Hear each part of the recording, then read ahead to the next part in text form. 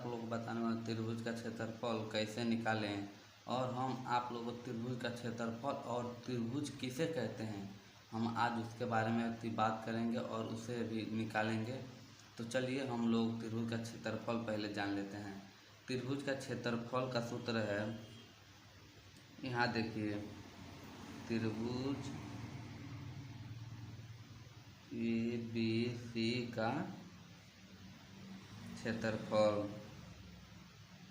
ABC का त्रिभुज ABC का क्षेत्रफल क्या है? आधार गुणे ऊंचाई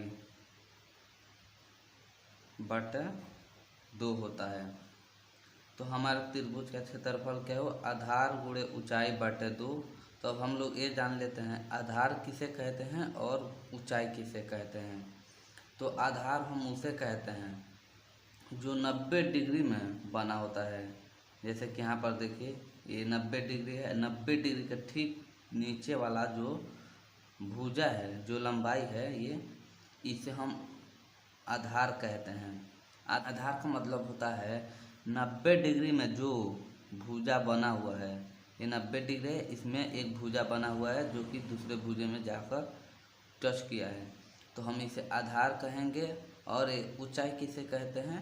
ऊंचाई ये 90 डिग्री के ठीक ऊपर जो गया है, ये जो नीचे है, इसे हम आधार कहेंगे। और नीचे वाले ठीक 90 डिग्री को कोण को टच करके ऊपर बना हो, जैसे कि यहाँ देखिए, ये देखिए ये ऊपर बना है, 90 डिग्री में भी टच किया है, तो हम इसे क्या कहेंगे? ऊंचाई कहेंगे।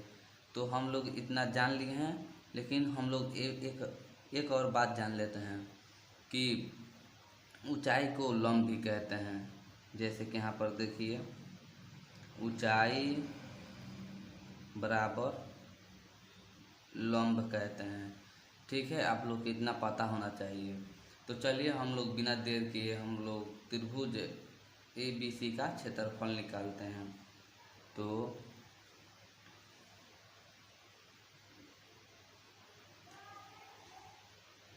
त्रिभुज ABC का क्षेत्रफल, त्रिभुज ABC का क्षेत्रफल क्या हुआ? आधार गुणे ऊंचाई बटा 2 हो गया। लेकिन इस सूत्र को लिखने से पहले एक और सूत्र हम जान लेते हैं जो कि त्रिभुज ABC का ही सूत्र है। तो चलिए हम लोग इधर एग्जाम्पल में बताते हैं। यहाँ पर देख लीजिए, त्रिभुज ABC का क्षेत्रफल, त्रिभुज ABC का क्षेत्रफल हो गया आधार गुणे ऊंचाई बटा 2। और एक और सूत्र है, और यहाँ लिख देंगे, और मतलब और कोई, तो एक और सूत्र है 1/2 हो जाएगा आधार गुणे ऊंचाई।